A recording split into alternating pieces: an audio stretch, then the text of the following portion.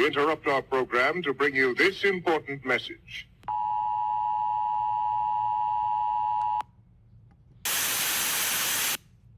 I'm back.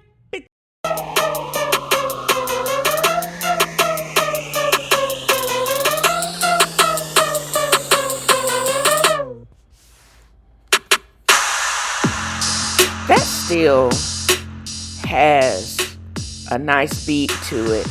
Still seated twerking to bounce. New year, and that song still has a vibe in 2025. Also, it's time for a new intro. I am in with a podcast change. I added the F.A.A.F.O to it, but I'm back with the same formula that has allowed me to be successful in the past. I've set realistic intention.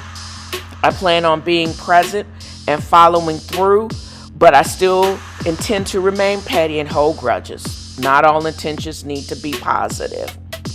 Also, I will be unengaged and unbothered by people and things in my life that do not serve me. That means parasitic people, unsolicited judgments, biased newspapers, and mainstream banks.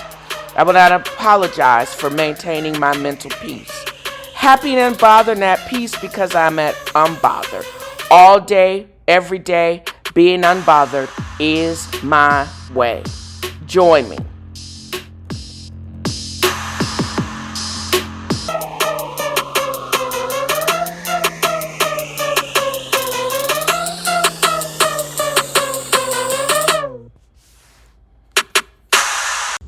To my homegirl Naquita J. Elmore, Najee. Lift every chair and swing till all them white folks scream. Thought y'all could run up on our black king. I'm glad the squad pulled up, dedicated to Nuck if you buck. May it resound loud as the rolling sea. Throw your hats high in the air until Unc comes with the chair. Swim the seas until our cousins come and they rescue me. Let this be a lesson to y'all. Remember the Montgomery Brawl, where white folks fucked around and they found out. Those protesting with us. We're not the only immigrants. Latinos are not the only immigrants. There's Europeans, there's from Africa, there's from Asia, there's from all over. Where are you guys at? Why are your people not standing with us?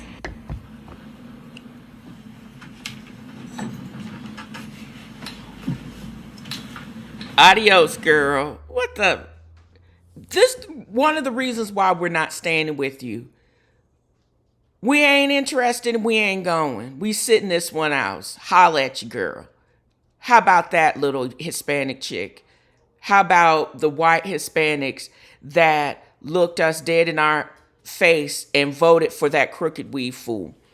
The reason why we're not going is because in this, our area of collective sociopathy, we have to get our mind right. We have to get our emotional IQ tools right to basically get it together to protect our own. For 400 years, all throughout the diaspora, all throughout the history of this country, we have to be able to tolerate while we get beat down and raped and protecting the men that are hiding in the chimneys.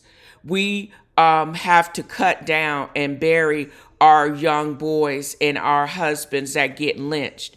We've done that. And we told y'all, that fool that looked in y'all face and basically told you what he was really going to do, because you know he don't read whatever that 2025 treatise of sociopathy Bible is. I know his ass didn't read it, but he got the finer points, and he's petty enough to enact all of that. We cannot be distracted by some of the gaslighting that is going on a national level. We got more to do. And we know we got more work to do. We know if we entered this fight, we would clear it. But we're not trying to get deported. We're not trying to lose our jobs because we like paying our bills on time. But we are actively going to get our minds right, taking the time for self-care, having brunch with friends, checking in on everybody, including checking in on ourselves by extra sessions with the therapist, making adjustments in our medication, because we know the fight is pretty wild now, but it's actually always been that wild. A lot of what is going on now, we've already seen before in spades. And we didn't have social media trying to deflect us from what truly is a war on democracy. We already knew that. And we gave y'all a viable candidate, former actually she's a state's attorney and vice president. And y'all basically still say we're going to take the felon liar instead of someone that's really overqualified but still wanted to serve. That's who y'all chose. We kind of figured, because 75 million of y'all said that during 2020, even though had policies and economic detritus that he basically started in 2016, blowing up everything and every whim that we had actually won from the previous 8 years. And you know he's mad, big mad, because he wasn't voted in on a consecutive term to fuck it up. Now he had 4 years to stew and to come back even bigger and stupider now. This collective sociopathy douche land is so ubiquitous, where this is probably the first time in my history that I just didn't realize that both women and men can be douches. Cue Marjorie Taylor Greene. But why we are not coming to the rescue and caping for y'all, simply because we're tired. We're trying to get our minds right, trying to get it together, because we know there's going to be even bigger stuff for us to clean up. But we just don't feel like doing it right now. And y'all just basically doing it, and y'all whining and saying, me. But you voted for it. This is what 1 + 1 truly does equal to. You vote for a douchebag, liar, felon. He does douchebag, liar, felon shit. And I'm sorry, that's what you get. This is what you got. This is what you voted for. Put on your hands-made costume and keep it pushing, because you voted for Gilead. And I'm not sorry for that. Those are just facts, girl. We've learned, we've been in Gilead forever. And we get it. We're preparing to fight against it, but on our own terms and on our own time. And it is not now, just because you now whipping and whining because you getting what exactly you voted for. So again, if it sounds like sour grapes, it really is, because we just tired and we ain't doing it. I know I won't doing it with my bad knees and feet. I got too much to lose. And I'm just going to sit here and just marvel at Gold Rush mining with Freddie and them. I ain't coming. Thank you for asking, though. Somebody once got on my YouTube feed and said, resounding win, grow up, you lost, or your guy lost, or girl lost, whatever. And initially it pissed me off, and I ended up blocking them before I wanted to go off on them. One of the things about these interactions, if you even hate interact, that tricks the algorithm, because they only see it, even any negative comment is seen as something positive according to the algorithms. But at the same time, nobody wants, from a mental standpoint, to continue to succumb to trolls, because what are trolls?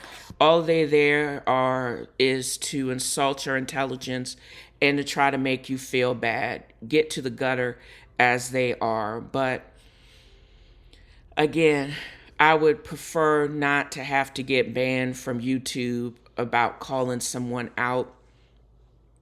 I know that a true bully goes after the little person, and I don't have, from a social media standpoint, I would prefer not to be doxxed.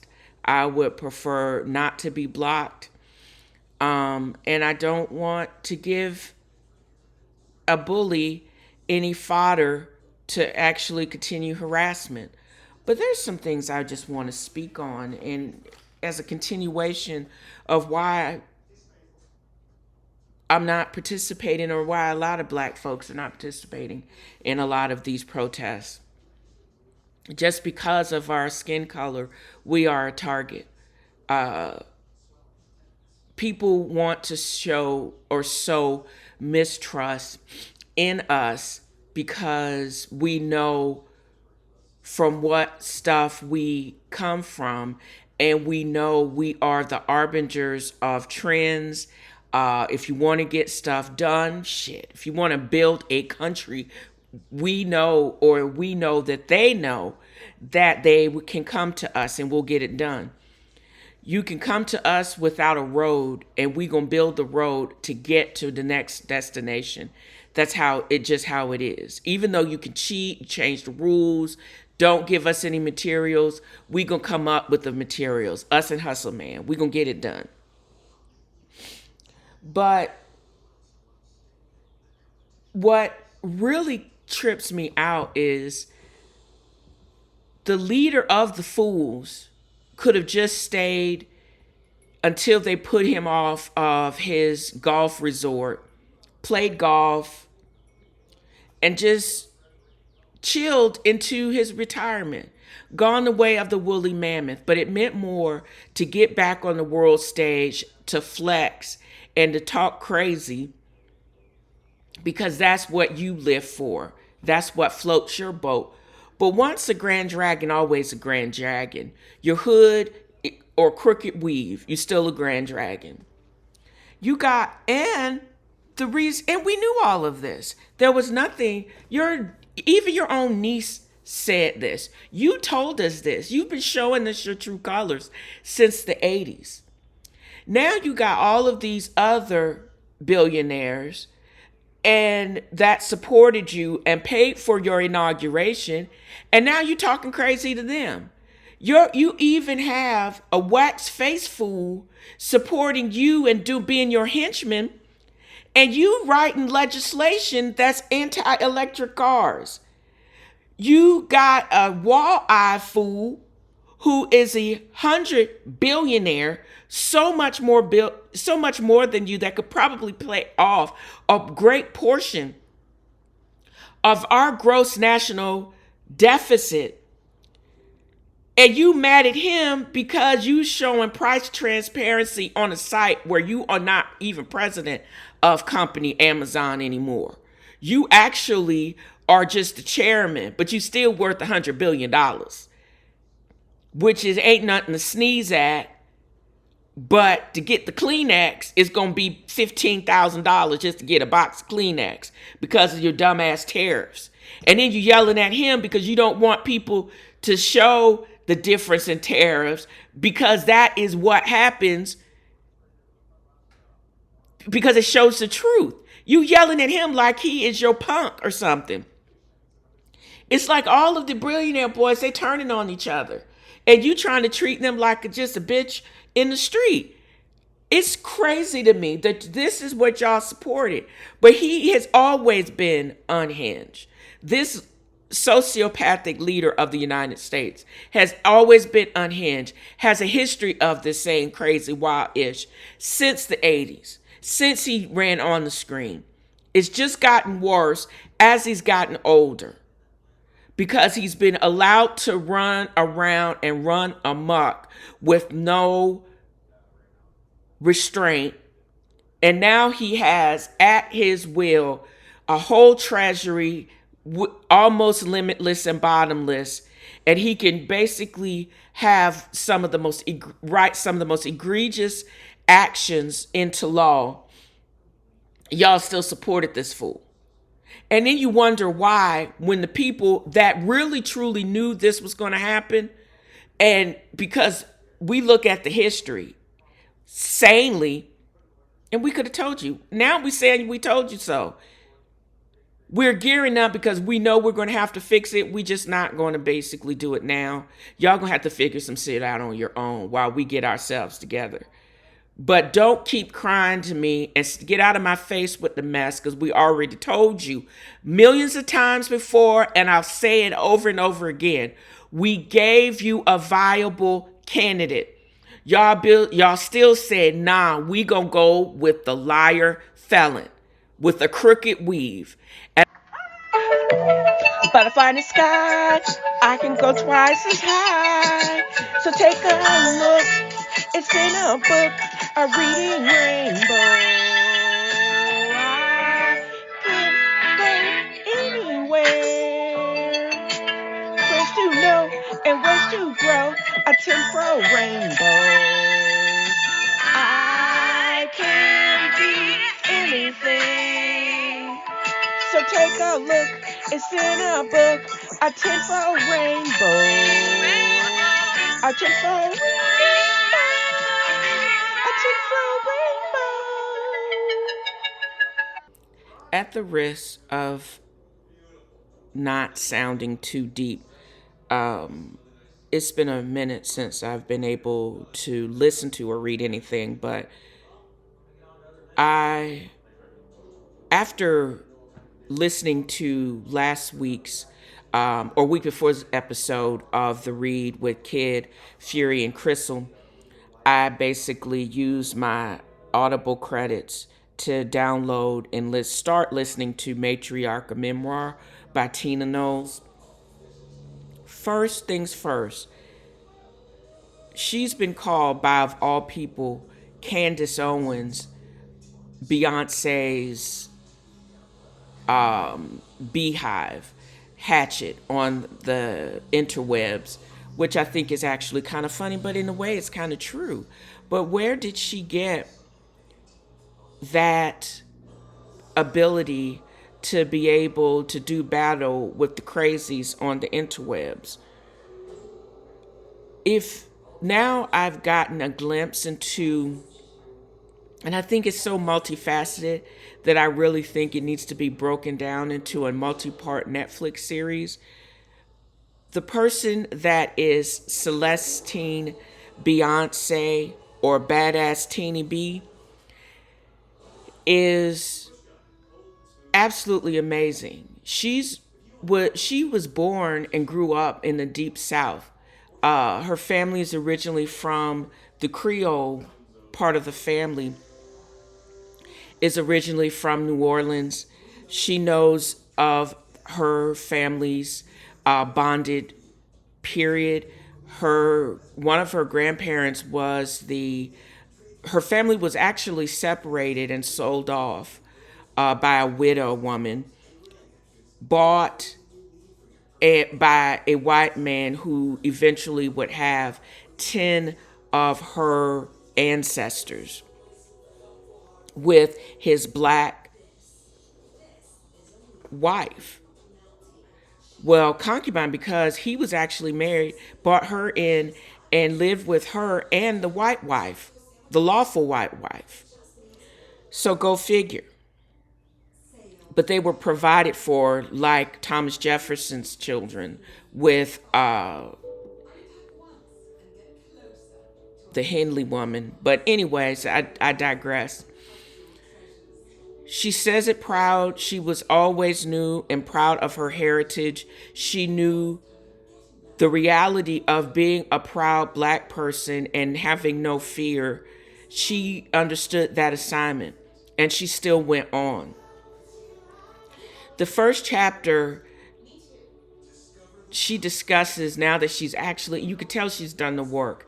I noticed that when she was talking to Kid Fury and Crystal, that she recognized that she had very poorly controlled ADHD, and that's how she got the badass moniker.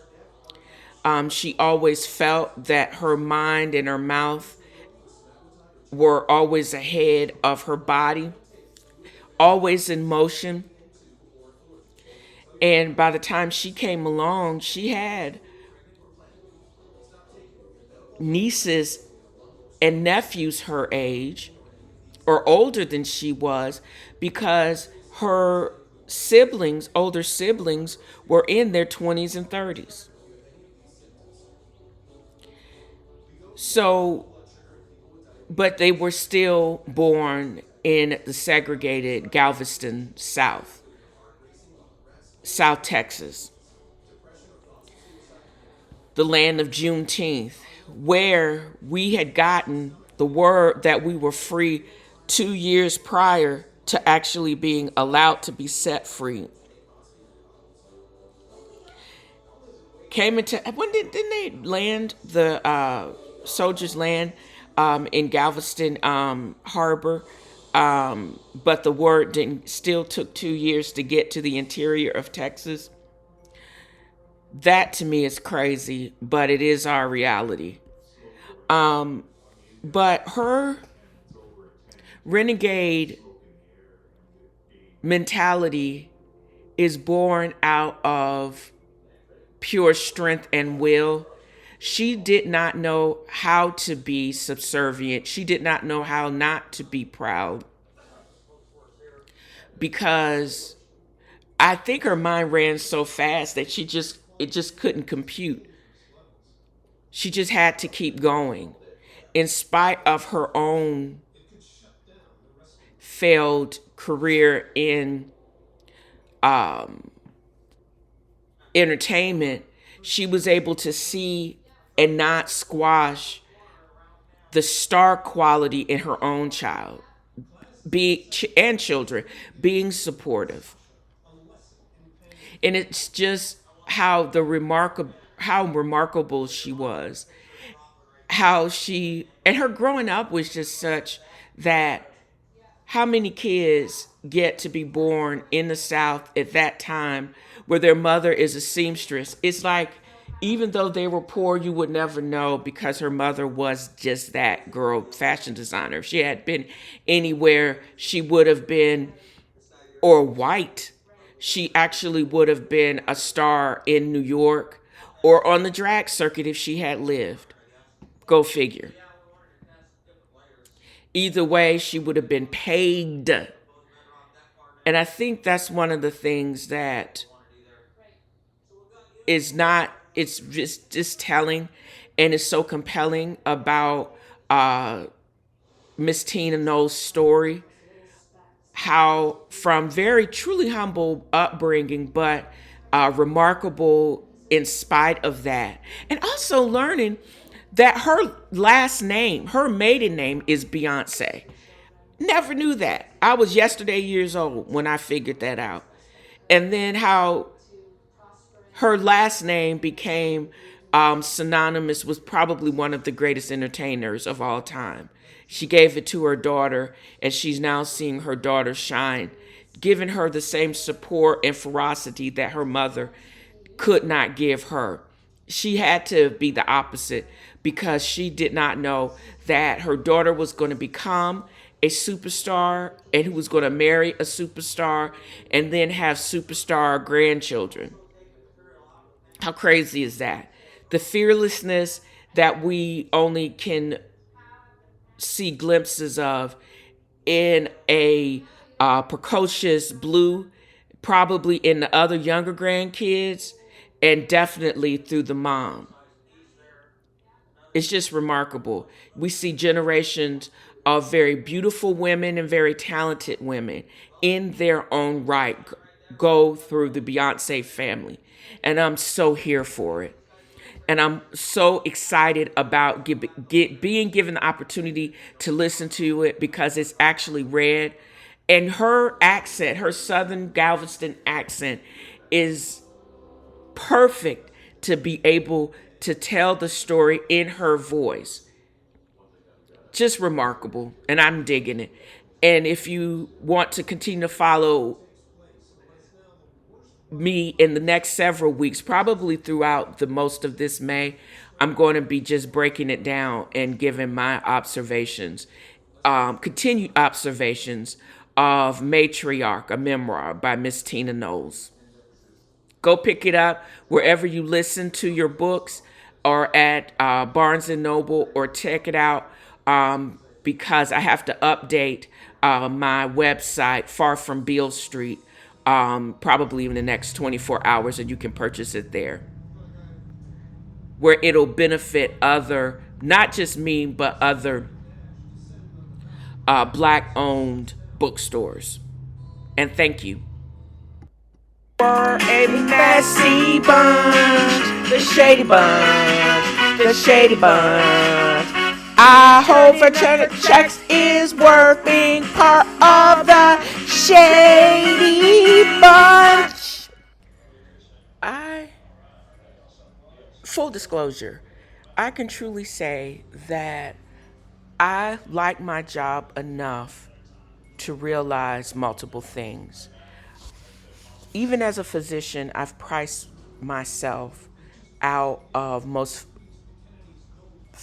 actual MD physicians, and as well as consultant positions. I will not talk myself out of my own financial security. With that said, I wish someone had told Shannon Sharpe this exact thing.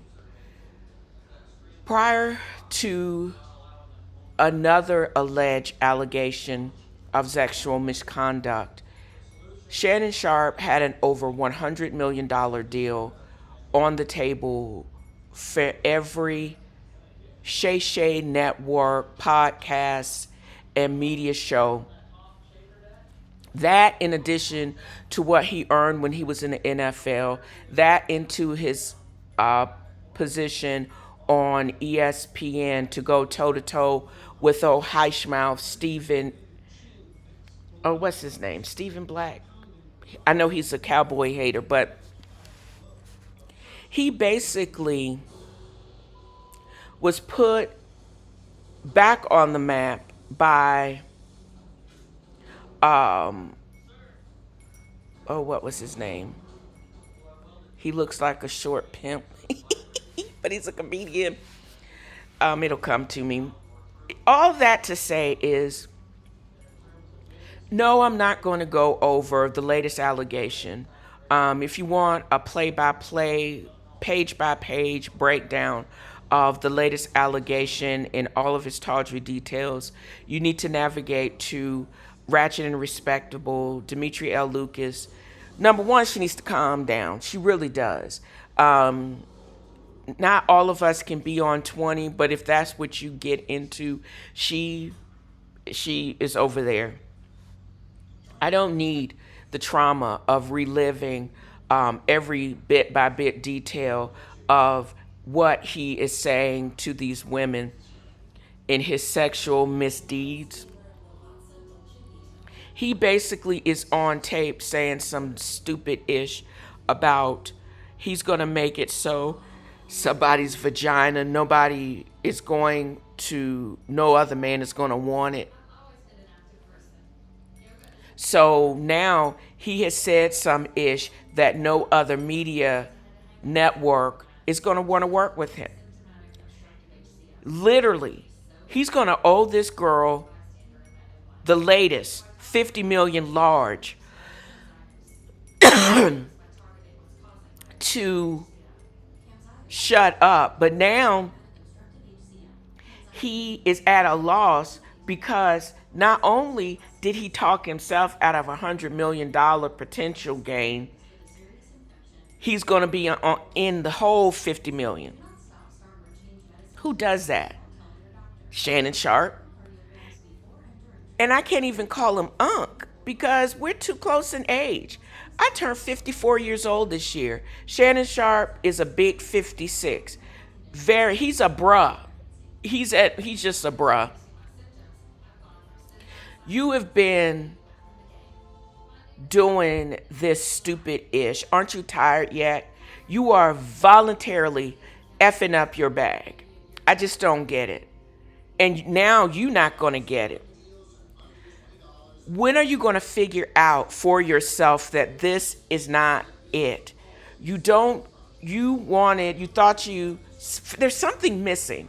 Meaning, even though you had a great and historic career in the NFL, Hall of Famer, you basically still had to try to flex on some young girl and be abusive when you basically didn't have to be. You had enough juice where you could have just truly been yourself if you had known you were yourself. But now you're being bought down by your own words. You've been wilding for 30 years. Aren't you tired? This is what's going to take for you to finally do the work and to move differently now that you out of 100 million large? I would say that you have time to make up for it, but people have long petty memories. And this ain't the way to do it. Unfortunately, if you just pause and said you were on one and you truly show evidence that you are truly doing the work, or you're just going to be oblivious like Megan Good's current husband. I don't know, but I know this ain't the way. This is not the way. And you getting ready to be diddied and dismissed. I don't know what the statutes of limitations were, how long this was, but she's bringing you up on civil charges, and it sounds like that there may be some criminal charges unless the statutes of limitations are up. I'm not sure. It depends on where all of this misconduct and misdeed took place. But saddle up. Your bag has been blown, and it's all your fault. Truly, may the 4th be with you. I sit here on this nice, cool Sunday afternoon, now Sunday afternoon, recording this segment of the podcast, The Tea on reality TV. And my focus truly has been on the Real Housewives of Atlanta. Last week, I watched the last of Portia Williams' birthday weekend trip to Nashville. And although the Coyote Ugly dancing at the bar was fun, watching them gang up on Angela Oakley, but she handled herself well. There were intermittent moments of just really laughter between like Cynthia and Portia hanging out, and Portia taking off her fake eyelashes and adjusting her wig. Seeing more of why I really like Shamia Morton.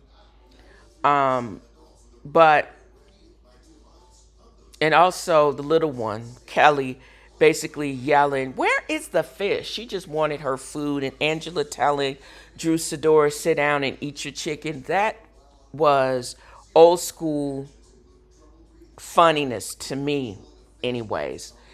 However, what I did not like, and I was trying to think, should I wait to record this segment after this week's episode? I'm like, nah, I'm good.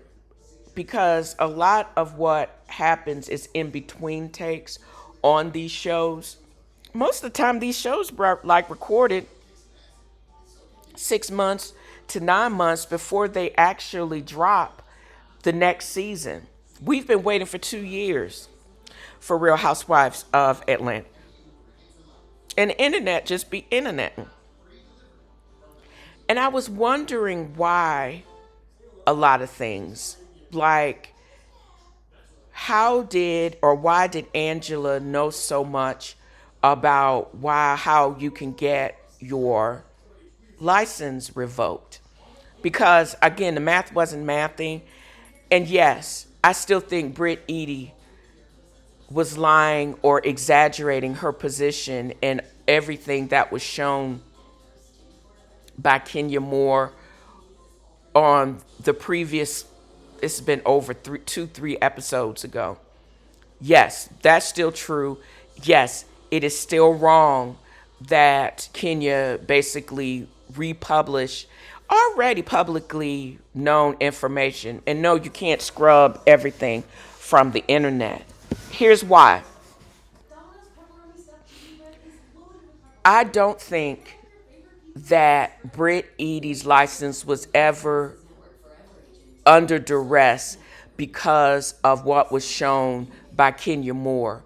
She hadn't worked with an insurance company for over 2 years. She may have been doing some underwriting for Allstate, but that was done back in 2023. I think there is something with the animosity and some shade between she and her sisters because of her previous insurance agency, but I don't think it has anything to do with Kenya Moore. Angela Oakley, nay Angela Reed, knows about getting fined and banned because evidently back in 2010, Angela then Reed was a financial analyst with Wachovia Bank, now Wells Fargo. She authorized a loan where she split the proceeds of such with a cousin without the knowledge of the grandmother. She was subsequently banned by the governing agencies of analysts, FINRA, at that time. So even though she still has made millions since then, she actually does have a history of fraud. The case was closed, although she cannot work as a certified financial analyst. She has subsequently made her millions. And because if she did have certain charges or had gotten bought up on some type of fraud and with clawback, if there was something on a federal or even from a state standpoint, they would have gotten their coins back. But I suspect something, and she may be upside down on some real estate deals because they are currently, meaning Charles Oakley and her family are currently remodeling homes now and trying to flip them to get rid of them. I don't know the details because that has not been made public at this time. But as I said, I found that out on one of the blogs. So she has just an interesting backstory. They have been actually, from what I understand, the producers of The Real Housewives of Atlanta have been pursuing her for years to become a member of this show because her life in general is fodder she has what it takes from a drama standpoint to make it, and what it truly does make it truly is to make what makes a reality housewife star.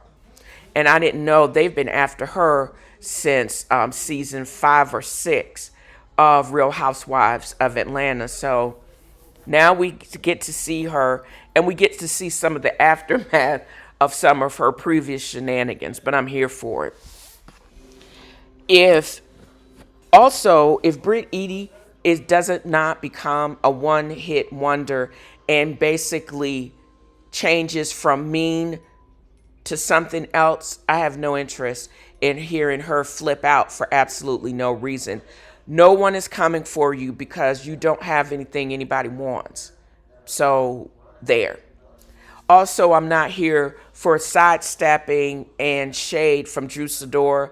Whoever her stylist is, they're doing an amazing job. But if she's not going to give us details about what's happening in the real part of her life, or even a tenth of it, I'm not interested in it for her, because I'm not here to watch her act. We could watch her Lifetime specials for that. So, and it's also very clear to me that Ralph Pittman, her estranged husband, also wants to be on reality TV at any means necessary.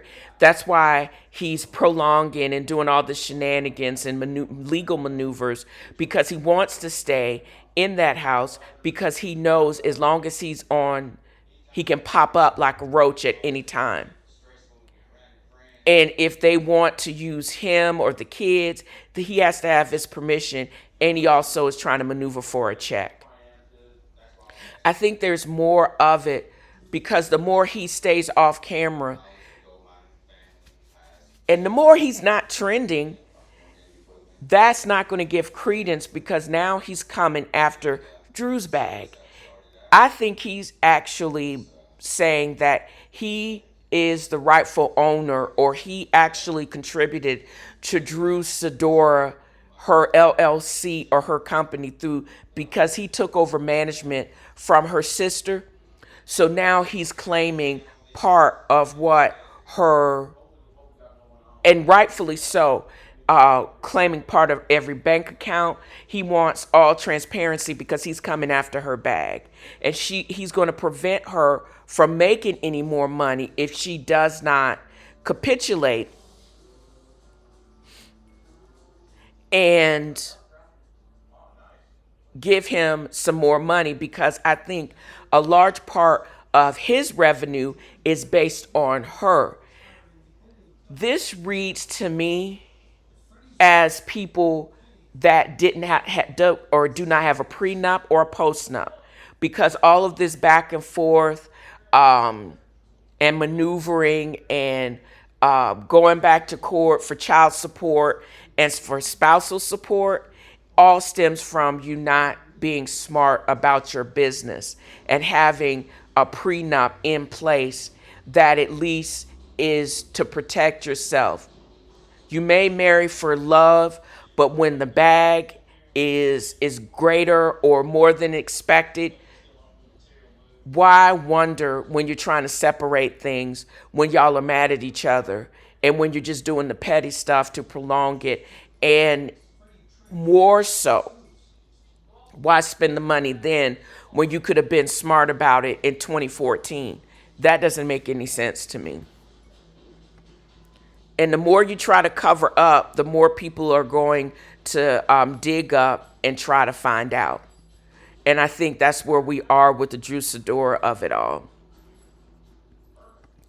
And even though it would be interesting, and it could be more interesting, and your storyline can be more layered, if you just own up to your ish and see, this is what was going on, this is the work I've done, and this is how I'm clawing my way out of it.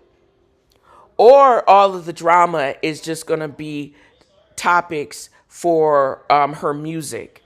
So I don't know. But he could also claim, if he is really petty, and I think he is, because you're talking about him, he can actually come after your bag for that. So with those things said, again, if you're not going to give me details, I don't want to hear it. Oop, I forgot to talk about this. Also, everybody, even the Kelly, they call her a munchkin. Even Kelly has more of a storyline, because there's still some back and forth with her and she and her estranged husband. But she's going to have to come with the receipts and some goods so we can find out the reality of how he stole from her, and possible evictions or foreclosures. And also, Portia Williams, she just came off looking like a crazy mean girl from this last episode and getting drunk, and they said all of her truth fell out. I am in agreement with Angela. You do have a history of going after someone's husband. It does look crazy because I think by the time you showed up on the scene, you were an acquaintance of that Fallon girl who is absolutely gorgeous. She was with Simon at the time. By the time they had separated and were in the process of divorcing before you and Simon got engaged, and then you came back to the show on the premise of showing your fabulous life with Simon, but then you ended up filing for divorce once you basically signed and inked the deal with Bravo. Because I truly and firmly believe you knew that you were going to sign. You had already been in the planning to file for divorce because you knew and had gotten reports that your marriage was done. I think your marriage was done not too long after that second marriage in Nigeria. Or you had heard some things and you had witnessed some things. And although sometimes you act like an airhead, you have been through a contentious divorce where Cordell Stewart broke up with you on Twitter. So you knew what time it was, girl. So stop it. But at this time, you did have a good prenup, which was enforced. But again, we can't see any details of what's going on. So you're lashing out and you're doing some really mean girl-ish because you're going through whatever you're going through. And I think you are hindered from posting the fabulous life because that was what your job was predicated upon. And yes, drama does film better.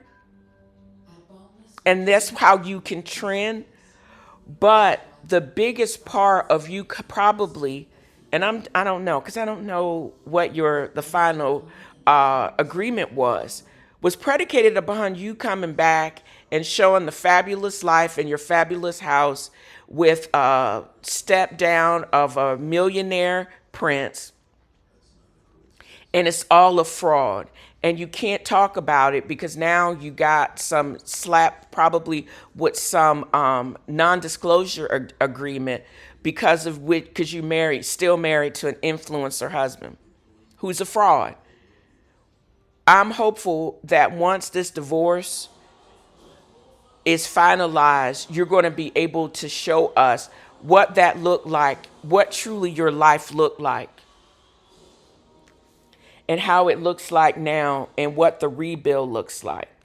So I'm ready for that, but I'm not ready or inclined to watch any more of this mean girl, convoluted, fake self-produced ish.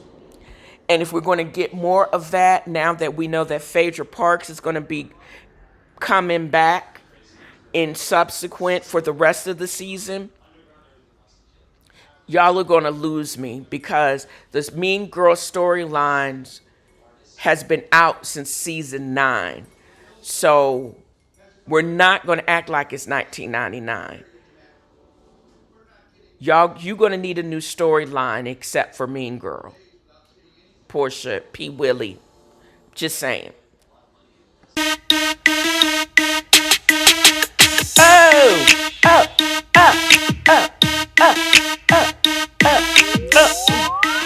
You can take the girl out of the hood, but you can't take hood music out the girl. But I'm going to end this with a word, just as I started this podcast. Do or do not do. There is no try. And that's a word from Yoda. I hope I have conveyed just how much fun I have had in creating this podcast. I've got my mojo back. Just set your intention or reset your intention. It could be daily if necessary. Mine is peace. No mental dumping over here. If I'm acting like I'm not listening, I'm probably not. I'm not your therapist. I'm not a therapist. Keep the crazy to yourself, child. You do you and leave me be. The sooner you figure that ish out, the happier you will be. So this is what I want to convey in this podcast. And that wraps another of F.A.A.F.O has a fro. Join me next time as I throw shade and point out the shade and simply have fun. Y'all have a great new year.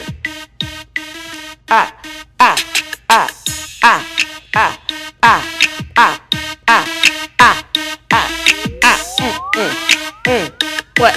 What, y'all? What?